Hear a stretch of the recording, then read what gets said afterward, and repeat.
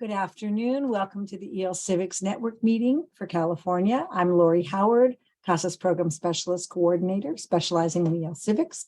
And we're here at the EL Civics Network meeting on August 24th, 2022. Welcome. Please type your name and agency in the chat. And then if you haven't already, after the meeting, please register. I've got the link here, caadultedtraining.org. And then also, if you did not receive a reminder from my email address, lbhoward@casas.org, about this meeting, then you're not on my network list, and I'd like you to be. So please email me at lbhoward@casas.org with your email address. I realize some of you perhaps have changed emails, and I may be sending an email to an old address. So if you've gotten if you haven't gotten a reminder from me, that may be the reason. So send me your new email or any email that you're using currently, and we'll work on that. Okay. And let's move on to our agenda. I just want to check that I'm recording here. There it is. Yes. So our agenda for today, I'm just going to review quickly the WIOA Title II RFA application process. I want to talk to you about some civic participation in IELCE information, including reviewing the COAAP selection process and talking about school community needs assessment a little bit. Portia LaFerla is with us today to talk about some information about citizenship preparation. And then at the very end, after we've done all our basic business, we've got with us Annamarie Montañez, who's the principal at the Learning Center, who's going to tell us about her IELCE IET programs in security guard training, as well as introduction to welding. Those are two topics that I know are of interest to a lot of people. We don't have a lot of people doing those trainings, and so it's really great to be hearing from Annamarie. And that will probably be around 1:30. I thank Annamarie. So thank you so much for being with us already. So just the CD update, I feel compelled to tell you one last time that the application, at least the Word document, has come out. I've got the link here. If someone wants to put that in the chat, that would be terrific. But it got posted on time on August 1st.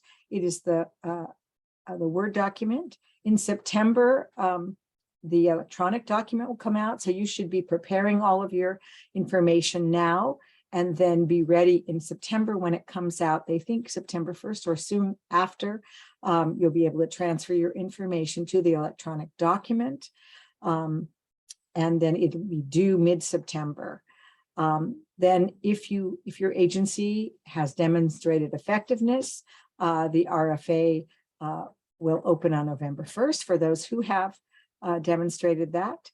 And then it will be due mid-December so that you will be able to have a nice winter holiday. The term, I said possibly 2027 here, but it has been agreed that it will be 2023 to 2027. Excuse me. And there was a webinar last Monday, August 22nd, that told about the RFA. If you weren't able to participate in that, it will be posted on the CDE website sometime very soon. And if anyone has information about that in the chat, they could put that in the chat. That would be great. If it has been posted already, if you can link to it, that'd be great. Otherwise, when I find it, I will send that to you. Okay, now a little bit more information about civic participation. I have some great news, and that is there are going to be 2 new civic objectives. LAUSD has written a new one in social emotional learning. That is one of their new pillars of instruction. And so they wanted a new civic objective. We'll all be able to use that. And that's great.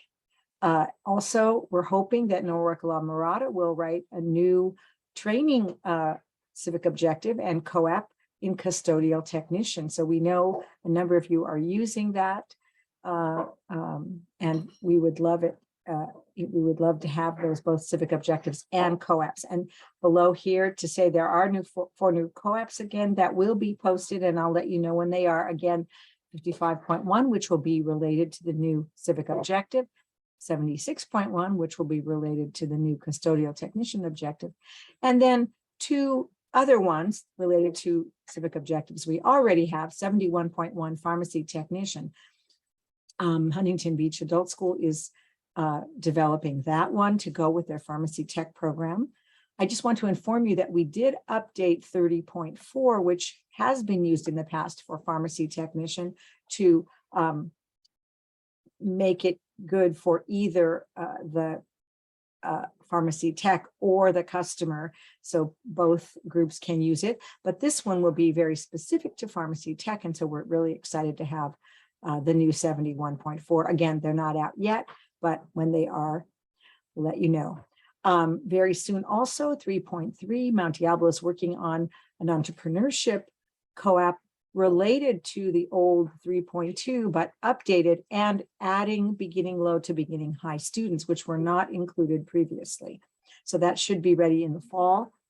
And then in the spring, North Orange County College is going to be working on a new entrepreneurship for the spring, and that will be at the higher levels. And then we have a couple of agencies who may want to be working with them, and so we're putting them in touch. And if you're interested in working with that group or giving input to an entrepreneurship for all levels, but specifically higher levels, we would love you to do that and to let me know. And yes, I see that many of you are putting in your name and organization in the chat, and I appreciate you continuing to do that so I can keep track of your attendance. Any questions about these proposed civic objectives? You feel free to unmute yourself or write your question in the chat. So let me move ahead. I just want to remind you again, I mentioned this in June, but we're still in the process of COAAP selection. July 1, it opened up our selection process. And the first time you enter, you should see something that looks like this. Of course, the date will be different. You'll be able to view the things that you used last year, and then you'll be able to select or remove those. And then you'll be able to continue the selection process and then go to add any other COAAPs that you want to. And if you are using any what we call option 2 or option 3, those only for your agencies, be sure to select them every year, whether you plan to use them or not, just to keep them active in the system. And then don't forget to go to checkout, because if you don't go to checkout, none of this gets recorded. So it's in red, go to checkout. And then be sure to do this by October 31st. Love it if you would do it sooner. I hate to be dunning you. It doesn't really matter if you've decided exactly what you're going to do. Just go ahead and select the first one. The first one really is to just let us know that you are able to access the system, and then you can make any changes you want until April 30th of 23, the program year. Once you have made your selections and you're going to keep them, please download them into TE so that they're ready for you when you want to report your data. And you can find how to do that by going at the very top of the IELCE Civic Participation page. You'll see this download COAAPs, and it gives all the directions for you or your data person. And as always, I will send the slide deck to all of you who are on my network list. So please send me your address if you're not already on there. I will send it as soon as I can. And then the recording of this will be placed on the EL Civics support channel. Okay, just reminding you that you can select, up to 10 COAAPs per year or get permission to select more. If your student passes 3 of those that are designated for 231, they can earn payment points, up to 3 payment points. And if your students pass up to 3 from 243 funding, they can earn up to 3 243 funded payment points. And thank you, Portia, for keeping track of the chat. Okay, so record keeping. This just is a slide about how you must keep your records. We need you to keep one folder for each EL Civics class, not individual student, and it should contain the assessment, the criteria you use to score the students, for example, for oral assessments, and the score sheets, and samples of at least one pass and one not pass. If it's written, just the one pass, one not pass, you can keep the folder electronically or in hard copy, and it needs to be kept for 3 years plus the current year in case your CDE consultant would ask you about that. And I'm going to be talking about the EL Civics Exchange, Shungri, and I'll give you that link in just a minute. Okay, just the submission deadlines. October 31st, at least one COAAP must be submitted, and April 30th, the last day to add, edit, or delete option 1 COAAPs. Any other questions about COAAP selection, etc.? Okay, let me move on. So I just want to mention that you should have done or be doing soon a school community student needs assessment each year. You must conduct that and then use that information to select your COAAPs. There is information about that at this link. You must fill out a needs assessment summary form also.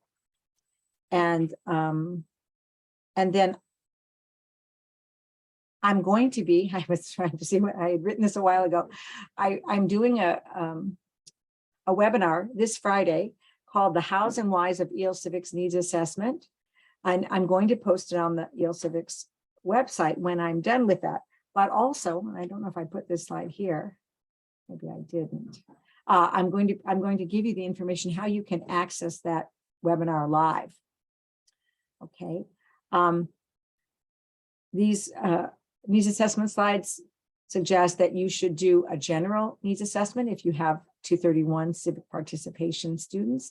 And those of you who are doing workforce training, you should also be doing a workplace needs assessment. And this gives you some suggestions about how you would do it. A little different for workplace because you first have to know what the jobs are in your communities because you want to offer training so that your students get jobs.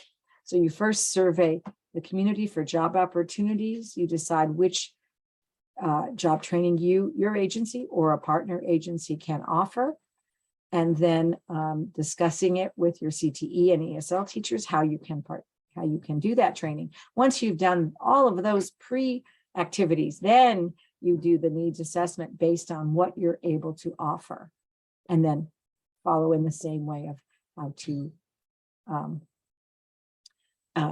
administer a needs assessment and filling out the needs assessment form. Any questions about that? Okay, so let's go to the next. This is the training. So I will put these in the chat and also send this to you. The whys and hows of EL Civics Needs Assessment this Friday from 10:10 to 11:10. It's happening in the Central Valley. They're doing a professional development, but they've invited others to attend. Again, I will post the link to the training, the webinar, after it's done on the EL Civics website. But if you'd like to participate, you could. Let me see if I don't think I can take this on here right now. So I will post that later. But I'd love for you to come and participate in this training, or again, it will be posted on the CASAS website.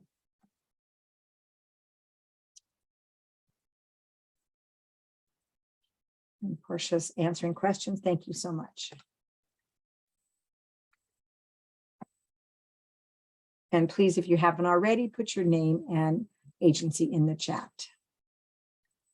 Okay, now let's talk about the EL Civics Exchange. And Sungri, here's the link, EL Civics at, I'm sorry, that's incorrect. It's It's elcivics@o10.us, is it not? Didn't realize I hadn't done that, but I think the link is correct. Portia, if you can help me out with that, I'm pretty sure that should be an @ symbol. elcivics. Lori, elcivics.o10.us, that is the web address. Do you That's want the the web email address. address? There we go. It is correct. So I've Yeah. been writing it wrong. Good. Well, it's correct. Thank you, Janice, for putting it in. I got confused all of a sudden. Thank you so much. Okay, so here it is. And hey, we've got lots of new materials, 2 active materials in community resources, 3 in health, 2 in employment, 1 in government and law, and 2 in workforce training. And we are looking for somebody to share with us their anything in consumer economics and anything in transition. Specifically, we are looking for the most used. Let me just go there first. We're looking for the most used, which is 1.6. So if you're doing 1.6 and you'd like to share your materials with us, we would need to check them for content and accessibility. But we'd love to have fit 1.6. We'd love to have 52.2, which is one of the transitions in soft skills. We are also looking for these other ones. We have some related ones and some close, but these are the most used. So we'd love you to share your materials. It will give you an opportunity to share with your colleagues, to contribute to the field. And if you're developing new materials, which I showed you those 4 new COAAPs, we're asking the people who are developing those new COAAPs to make them accessible from the very beginning. We want to use the current Civics Exchange materials as models because those are vetted materials. Use the rubric that's on the website, make the materials accessible using the accessibility guide, which is on the Civics website, and then get support from CASA staff, me, Portia, Margaret Teskey. We're all working on that together. And then we'd love you to share it with us first before you submit, just so we don't have to make you submit more than once. So please think about that. Think about sharing 1.6 with us. And if you need help making it accessible, we might be able to assist you with that as well. So, but we want to show you that we have doubled the number of COAAP instructional materials available since our last meeting. Amazing. I think we had 5 or 6 materials, and now we have 11. So I wanted to show this to you. 245 agencies select these COAAPs, so we're serving that many. And if you are using any of these COAAPs and you'd like to look at some vetted materials, maybe you want to switch it up or see some other materials this year, here you go. So we'd love you to use them. And we've had a lot of people downloading. In the month of June, July, we had 417 downloads. We think that was partially because of the CASA Summer Institute and those of you who participated in that.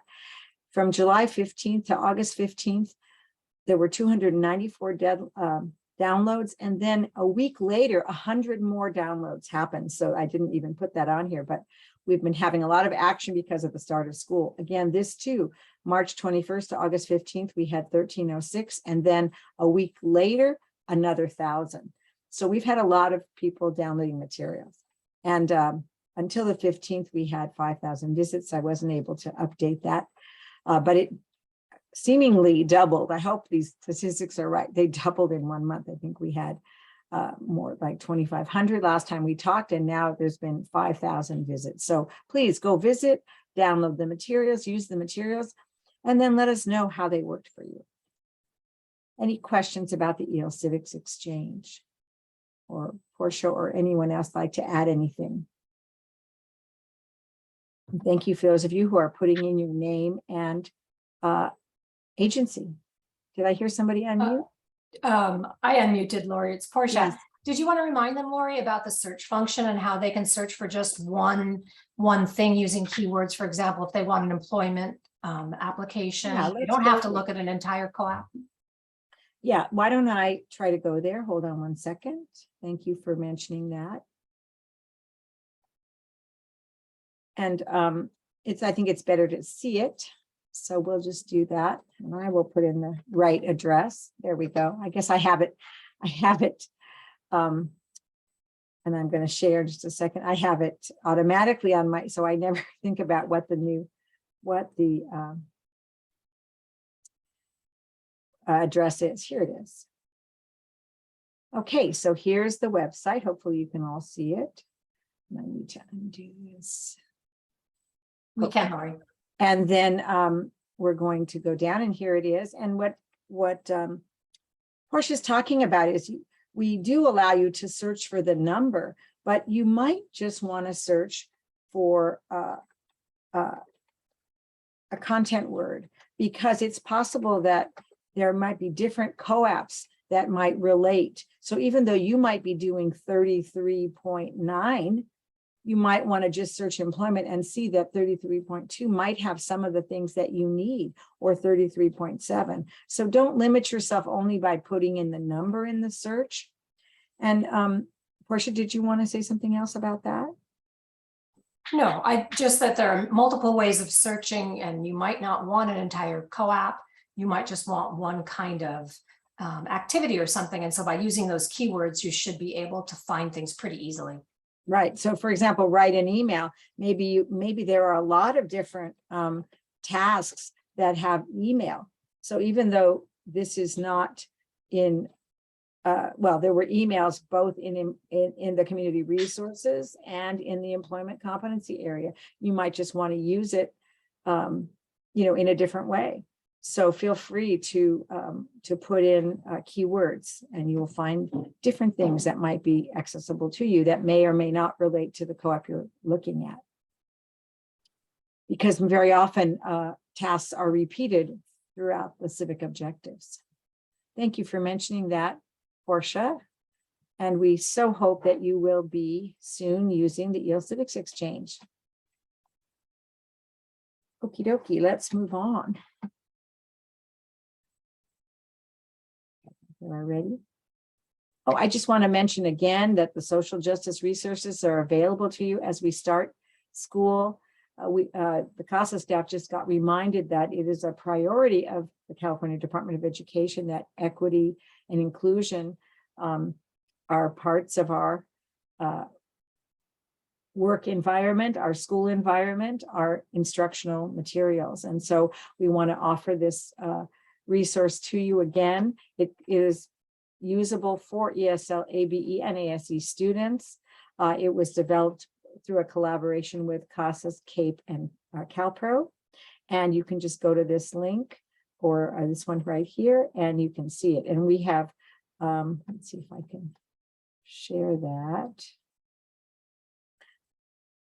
We have made it accessible in a way that over here on the left, it may take a minute to come up, is an outline. And so you can just see what you want to look at over here in the left-hand side outline. And then you can go to all the headings that are here. Thank you, Janice, for putting that in our, it's not coming up on my computer, but it does come up as an outline on the left-hand side. So let me go back to the slides. Thank you. So we hope you'll be using that.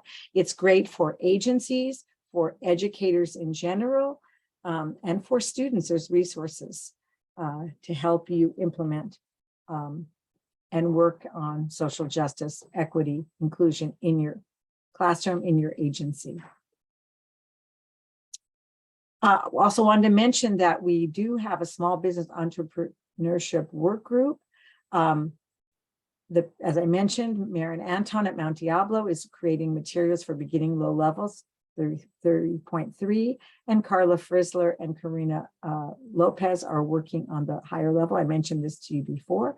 And if you'd like to join this work group and work on this, we would love to have you. So let me know. You can email me at lbhoward@casas.org. Okay, and now we are at citizenship preparation, and Portia LaFela is going to tell us about Cit Prep. Thank you, Lori. So I just want to remind everybody there are two CASAS tests that are eligible for payment points. One of them is the citizenship interview test, also called the CIT, which is a one-on-one oral interview that simulates the USCIS naturalization interview, and it tracks the information that's on the N400 application for citizenship. it helps to determine whether or not a student is ready for that interview. It's a predictive, kind of a predictive assessment for that. And the next slide, Lori. If you want to offer the SIT at your agency, you must have at least one SIT certified examiner. Only certified examiners can administer this test for payment points. In order to do that, you place an order at on the CASA's website, and the information is there. There is no charge. The course takes about 4 to 6 hours the first time through, and it teaches you how to read the questions, how to score the questions, and how to submit information for payment points. And the next one, Lori. The certification expires on June 30th of each year. However, if you were to certify this year, it would actually expire on June 30th of 2024. Yeah, I think you get an extra year, but you have to recertify annually. That needs to be kept. Yeah, you need to stay certified, and so there's a recertification process. And that opens up usually early January, and CASA sends emails to anybody who needs to recertify. You get plenty of reminders. You can certify now. If you don't have certification, you need it, you can start now. However, recertification begins in January, and both courses close at the end of April. And you can order that one as well on the CASA's website. And the next one. Both of these tests can be offered remotely. If you're offering the SIT remotely, that's that one-on-one interview, there is a fillable PDF that the SIT certified administrator can order. Those should only be used for remote testing. You should be using the booklets for face-to-face testing. Again, there's no charge for those. You use the California order form and check Bill My PO. And the next one, Lori. And the government and history for citizenship, this is a listening test, and it tests general knowledge of American history and government. It's based on the USCIS 100 questions. This test is good for all of your ESL students because all of them should know something about American history and government.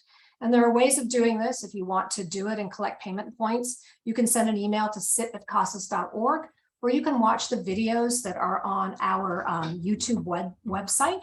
And it will tell you how you can offer both citizenship and EL Civics within the same course or term. There are ways of doing that. And those are the links that you might want to look at. If you want to give this test remotely, you can order a flash drive from CASAS. And again, use the California order blank that you use for everything else that you order. It has a standardized PowerPoint that you play for the students. It reads the questions, it shows them the answers, and you collect the answers in the way that you see fit. And then you can submit the results for payment points. The flash drive should only be used for remote testing, and you must order one per test administrator. They should not be shared or copied. And the next one more, is that it? Or one more maybe? See. There we go. Yeah, okay, we did that one more. And we're at the end. Very good. Thank you so much, Portia. Any questions for Portia? Do students need to be enrolled in a citizenship class to earn a payment point for passing the government and history SIT tests? Yes, they do. They absolutely do. If they're not enrolled in a course with the focus of citizenship preparation, you cannot collect the payment point. And again, you can always split a class between citizenship and civic participation. And the FAQs on the CASAS website tell you how to do that. And also there are videos on the YouTube channel, Citizenship YouTube channel. You can also send an email to sit@casas.org or directly to me if you need help with that. And remember that to earn a payment point, students have to have taken both a pre and post CASAS test. Otherwise, COAAP's SIT tests and government and history tests payment points are not awarded. And there has to be a pre and post. There doesn't necessarily have to be a learning game. That's correct. Thank you, Portia. Any other questions? Okay, I just want to mention that our upcoming meetings are these. I haven't yet posted them, but I will in the next few days. If there's any question or problems with these dates, let me know, but this is what I have tentatively planned. September 28th, November 2nd, and December 7th. And if you would like to present at the meeting, if you've got a great model IET program or anything else you'd like to share, we'd love to have you do that, so let me know. And then we have a question, Portia, how many hours between pre and post for citizenship students? There is no pre and post for CIT and for government and history. Those are both pass-fail tests. There are 2 forms for each test. So if a student doesn't pass the first time, they can receive sufficient instruction and then they can be tested again. And sufficient instruction just depends on the student. If they got 5 right on the first time around, they're going to need more instruction than somebody who only needed 1 more question to pass. So you just do remedial instruction and then you can test them again. And the same is true for COAAPs. If a student does not pass the COAAP, then they need specific remediation in whatever they didn't pass, and then they can be given the test again. We want to be sure that there's instruction between the 2 test events, but there's no exact time limit that it must include. And Portia, there's a few more questions I see for you. Yeah, so the CIT test itself, the test booklets have not changed. I think there was just a question or 2 that we updated because of remote testing. So you should use the most recent forms, Leaf. When you recertify, those become available to you. Always use the latest documents. And again, if you send me an email, I might be able to update that for you, or just order again from the CASAS website. And for USA Learns, Jennifer, that is such a great resource. Thank you very much for mentioning that. And Marlene, they don't take it more than once, not like a pre and post. They just have to pass it, and 206 is the score that they need in order to pass. And any rules for passing for pre and post test, CASAS tests are the same rules for all focus areas. So I know you know those rules, if that was a concern. If you haven't already, please type your name and agency into the chat. And then if you haven't yet registered for this meeting, I'd really appreciate it. After the meeting, you would register at caadultedtraining.org. Any other questions for Portia or about the upcoming meetings? Okay, any questions in general before we go to our presentation?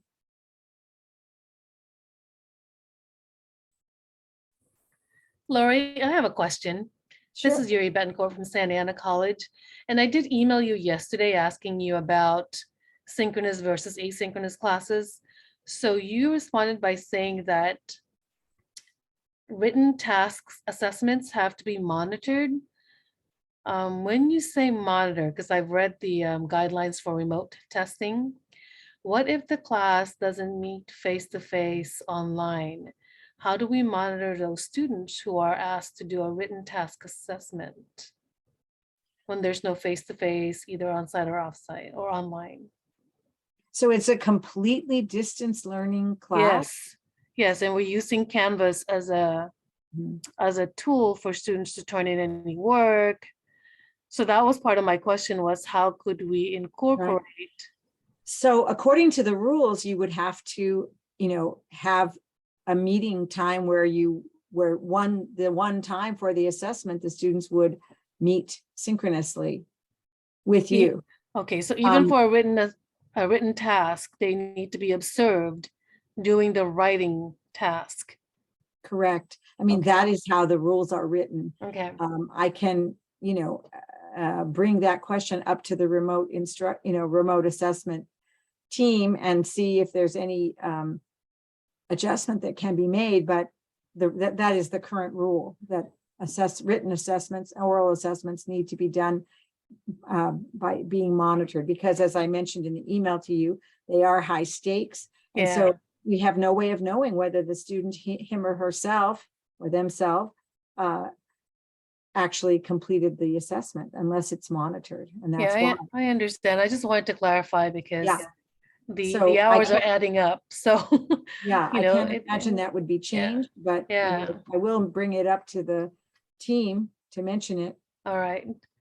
And that's just as a follow-up, since there's like Sure. over 70 participants here, I wanted to know what other agencies might be doing in using technology for the written assessment part, the written task, like using Google Docs maybe, or Canvas for that matter, or even MS Forms. So if anybody out there has any insight or, you know, genius plans that we haven't even come up with, please share. Would anyone like to unmute and respond to Yuri?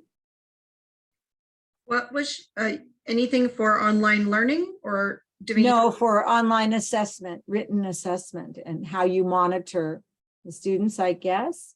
And what, So and what We've done it platform for you use. our intake assessments at Twin Rivers Adult School, and we used we had them write it in front with the camera on. They had to have the camera on. You know, if there was anyone else speaking around them, it ended. If they pick up their phone, it ends, things like that. So we watch them write it, they hold it up, we take a screenshot. That's what we did when we were fully quarantined. And now we do the same, we just have them bring in the sample for when they come to test. I'm Thank you. sorry, you're saying they write it outside of class and bring it to you in person? We take a screenshot so we have a record, but to put into our files. Oh, the thing that you took a screenshot of, then they bring to you.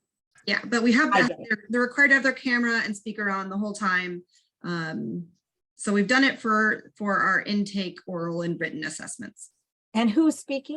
Google Forms to put in their answers as they did them and scores, so we get a sheet that has their answers. And who just shared that? Forgive me, I can't see. Rachel and Little. Oh, thank you, Rachel. Okay, great. And what agency are you with? Twin Rivers Adult School. Twin Rivers. Great. Thank you so much for sharing that. Anybody else have something to share? Hi, Lori. Can you hear me? This is Nieves from Napa Valley Adult Education. Yes, Nieves, thank you. So after the pandemic, most of our classes returned to in-person, but we have kept online classes for our higher level students.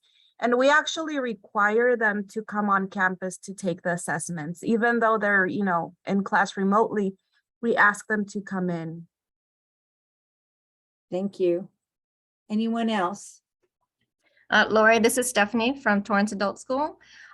We found that, so we're in that same situation where some are in person and some are online, but we found that asking the students to type, like if they have to write an email, the typing itself is too much. Like it's just, they don't know how to type, and it would take a very, very long time. So in those instances, like most of those teachers, they would prefer to have them write on paper and then take a picture of it and send it that way, so that it would, the typing of it would not be a barrier for them to complete the task. But they are being watched through the. Oh, yes, yes. They're being watched, but they're handwriting, and that is totally fine. Hi, Anybody Laura. else?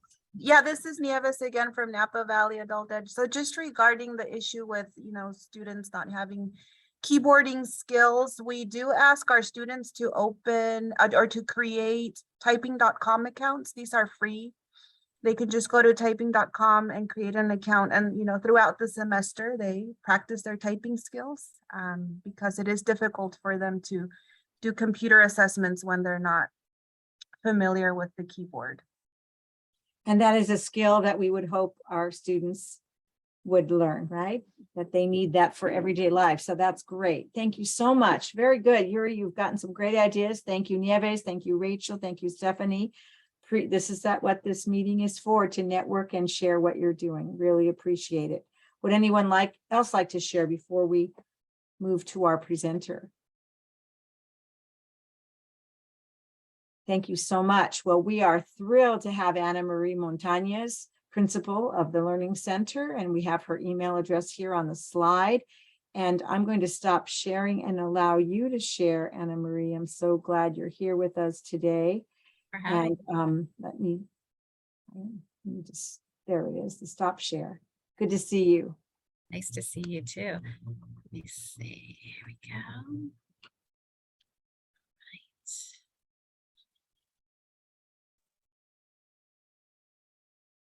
Okay, so thank you again. Thank you, Lori, for inviting me to be a part of this meeting. When we were going through my plan, I was sharing with her some of the work that we're doing here at Jurupa Adult School. And like I said, this is just, what we're doing. It's working for us. It was working pre-pandemic. During the pandemic, most of our CTE courses stopped entirely, which welding and security guard were two of them. But now coming out of the pandemic, we're transitioning back into all of our full-on in-person classes. So just how we decided which classes we were going to focus on, we looked at our CTE programs that we already have in place. So currently we have medical assistant, we have pharmacy tech, we have a computer operator class, we had welding, and we have security guard. So we looked at and we saw what were the courses that were not as long and courses where it wasn't as heavily theory involved. So like you're looking at pharmacy tech, they need to learn all the drugs. We were looking at MA, they have to learn all the body systems. And what we did was we decided on focusing on welding and on our security guard test class. Both of those are shorter. Our welding class is 16 weeks and our security guard class is only 5 weeks. What we decided to do was we added additional support from an IELCE instructor. So we used a co-teaching model where we have the class. In the class, we have the actual teacher teaching the CTE, and we also have the EL teacher in the class with them. In order to even get this started, I'm going to go through each one, so I'm just kind of giving an overview. Before we even got it started, we had to add in additional class time for language support. So when I discuss the different programs, you'll see how that fits in. And then, we're very blessed here in Jurupa. We have work experience support through our district and community partners. And just our district has been really, really supportive of our programs and us implementing them. So I'll start with our welding class. So again, like I said, we were very fortunate. The district had, prior to me coming to Jurupa, had paid for and designed a full welding shop. So the welding shop has 16 bays, all state of the art. They did it at one of the high schools and they had 3 kids that used the shop. So when I came on, they asked if, I was willing to take it over and see if the adults would take advantage of it. At that point, I said, absolutely. And, we started our regular welding program. So we do a 16-week week program. For our IELCE, we do the 8 hours of our CTE hands-on course. So they typically right now it's a Tuesday, Thursday class from 6 to 10. Then we have the EL support teacher in the class as well. So the teachers, they have their time before class starts. They develop their learning objectives. They're working together to see what these students are going to learn.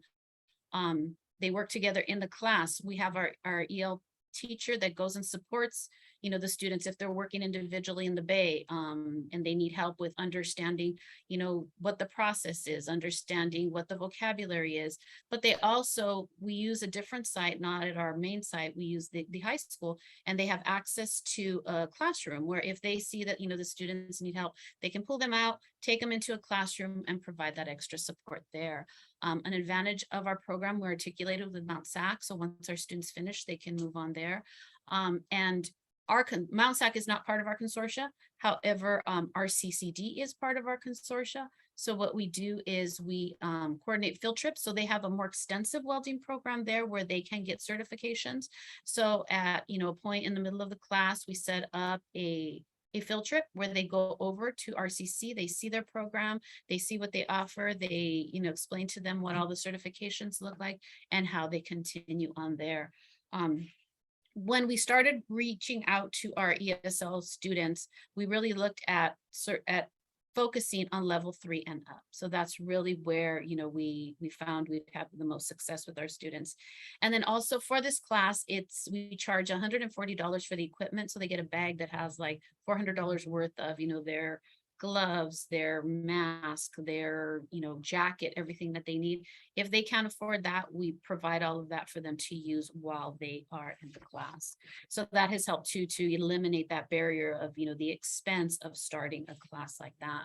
So again, just to kind of break it down of what it looks like. So our students enroll in the workforce training course. So that's the CTE part. They have the EL support in the class.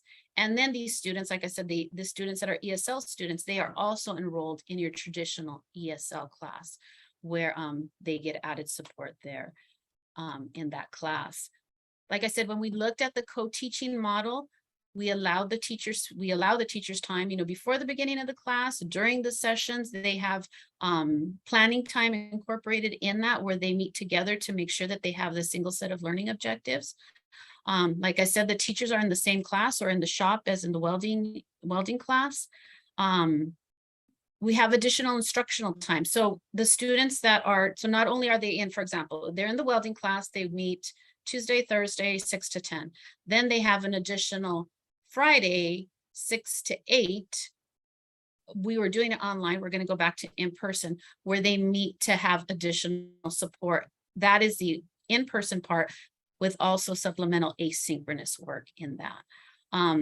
We provide for our students when they're finished job training. So our district has a welding department. They can go out if other schools need something welded, our students can help with that. We've worked with community organizations such as the Parks and Recs department, or they needed, a sign welded. So our students went out and as a community project helped with that. So we see that, we're able to give them the real life job training. We've been fortunate, both of our instructors are current welders. So they teach them about, going into the union. They have access to all of the ins and outs of how to do that. And they're very hands-on, very current with all of the different techniques in welding. I mean, I've learned so much. There's TIG welding and MIG welding and aluminum welding, and just really understanding and teaching our students so that when they're done with us, they're actually, even after the 16 weeks, they're not certified, but many of them have been able to go on and get jobs. The second class that we offer is our security guard class. So that's only a 5-week course. It's very short. We have 60 hours of instruction. We have co-teaching also in that class. We have, the EL instructor is in with the teacher. He's a retired sheriff, so he's a plethora of knowledge for us and really, really understands everything that we have to do. And when the students finish, they take their guard card test with us, but our district allows them to be processed as a substitute campus supervisor. So it's a hook to get our students to come and do this. It helps our district, especially right now, because there's so many vacancies and so many positions, and it's a win-win for everyone. So again, the security guard class is set up very much the same way. The student enrolls in the security guard class. They get their EL support in class. They have an additional period outside where they meet with just the EL students, and those students are also part of your traditional ESL class. Again, we focus on levels 3 and up for this. For our students, we are authorized by the Bureau of Security and Investigative Services to issue the guard card test. So we administer the test when the students are in our class and on campus. We complete the applications with them in class. We have a contract with a fingerprinting service that comes on site for our students when their class is done, and we schedule that and we pay for their fingerprinting, and we also pay the fees for their guard card. So that's just one way that we can get our students, like I said, taking away all the barriers that we can in order to make sure that they're able to get a job. And then incorporated in that, since we're part of our consortia, our CCD, Moreno Valley Community College is part of that. So they have a Ben Clark Training Center, which is heavy in law enforcement, fire services. Our students also take a field trip to that so that they're able to, see what is available to them after they're done with us, and if they have any type of questions or they have anything to do in the future. We have found, like I said, our teacher he's amazing. He has over 35 years of experience as a sheriff And we've just found that, he really prepares our students. He helps them understand what they need. I'm currently working, what I'm really trying to do is get a collaboration with a local security guard company where, we're out here in Riverside County. We have lots of music festivals and Coachella and all of this. So being able for us to partner with them so that we can supply, a workforce for them so that they have those students ready to go. A lot of times when they're looking for people to support these music festivals and, all the different activities that go on, they're having to train them. So if we can train them, get them ready, get the guard card, submit everything for them, then they're ready to get a job. So that is really all that I have. I don't know if anyone has any questions or anything.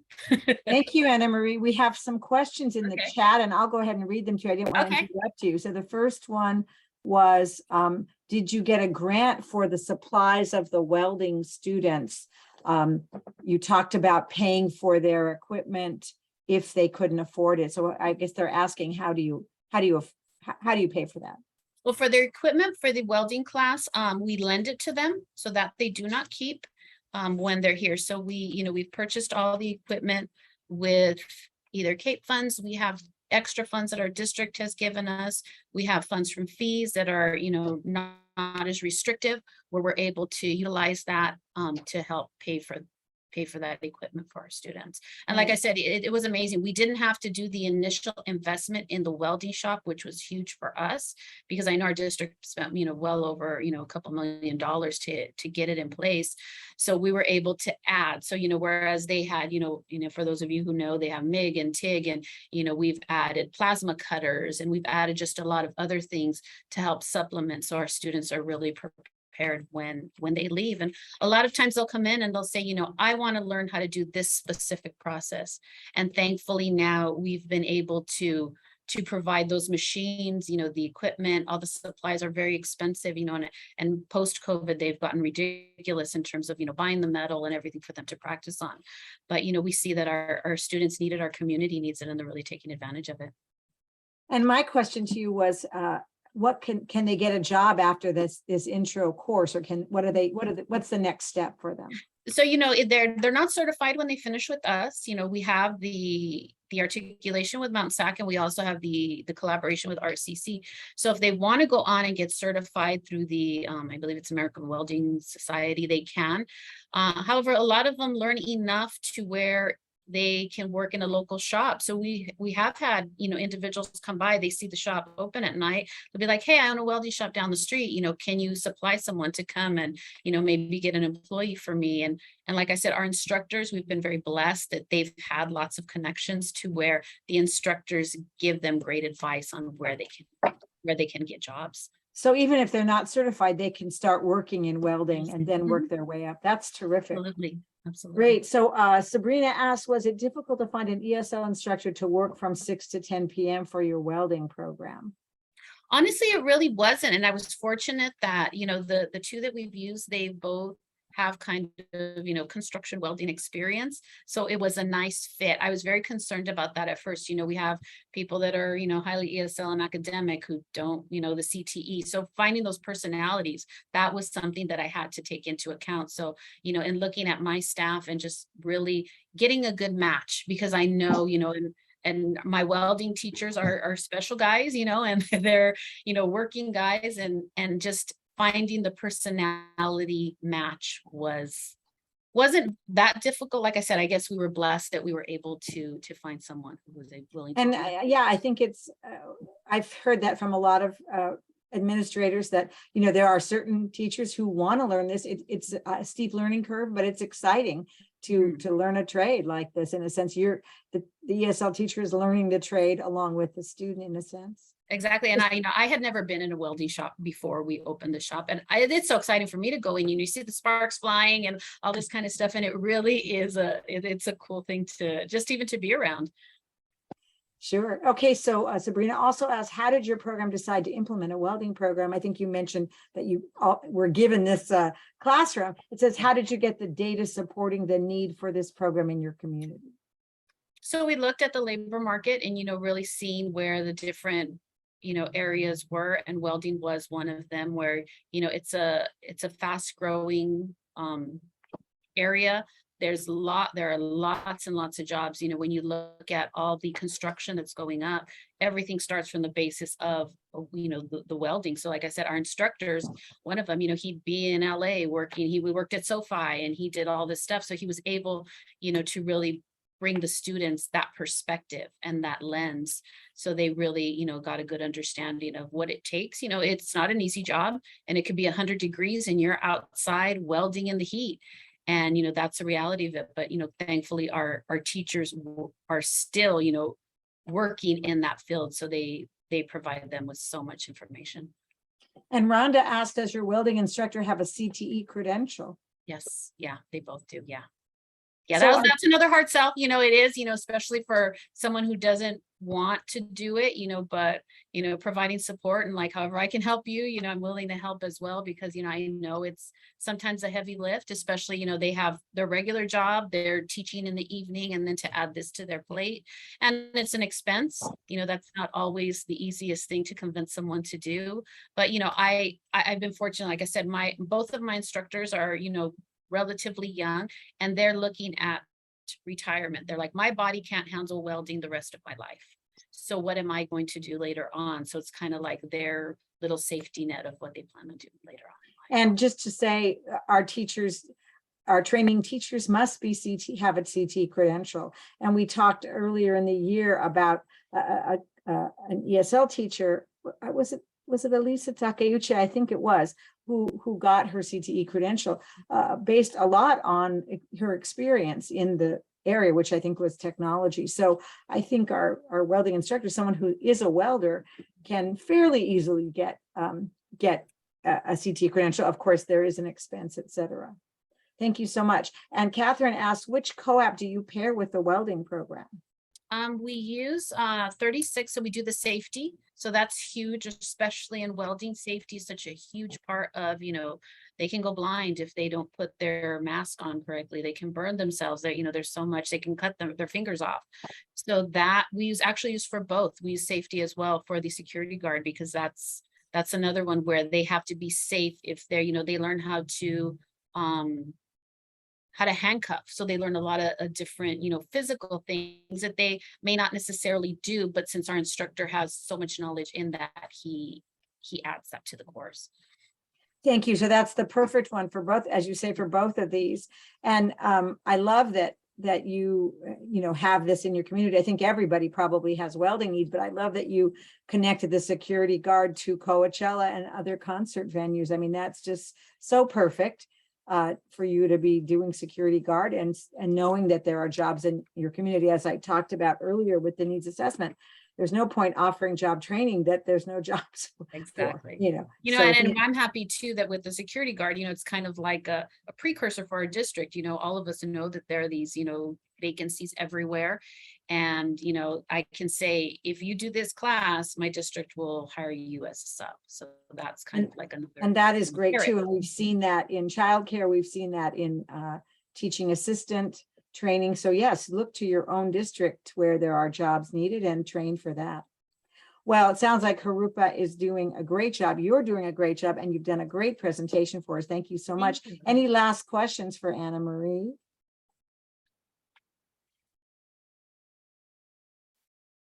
Okie doke. If you'll stop sharing, Annamarie, and then I will just share my last slide. Hopefully I can do that. Thank you so much for being with us today. It's so great, and we so appreciate you giving us your information and being willing to share. And again, if anybody else would like to share their great programs or just any technique or whatever you're doing for EL Civics, we'd very much love to have it. Our next meeting will be, as I mentioned, September 28th. It's a Wednesday. All these are Wednesdays. And I look forward to seeing you then. If anybody would like to stay on afterwards to ask some specific questions, I'm happy to stay. But other than that, I will say thank you to everyone. Thank you especially to Annamarie Montañez, principal of the Learning Center at Jurupa Unified. And we're so glad that you were all with us today. We hope you have a great start to the school year, and we'll see you in September. Thank you so much. Thank you.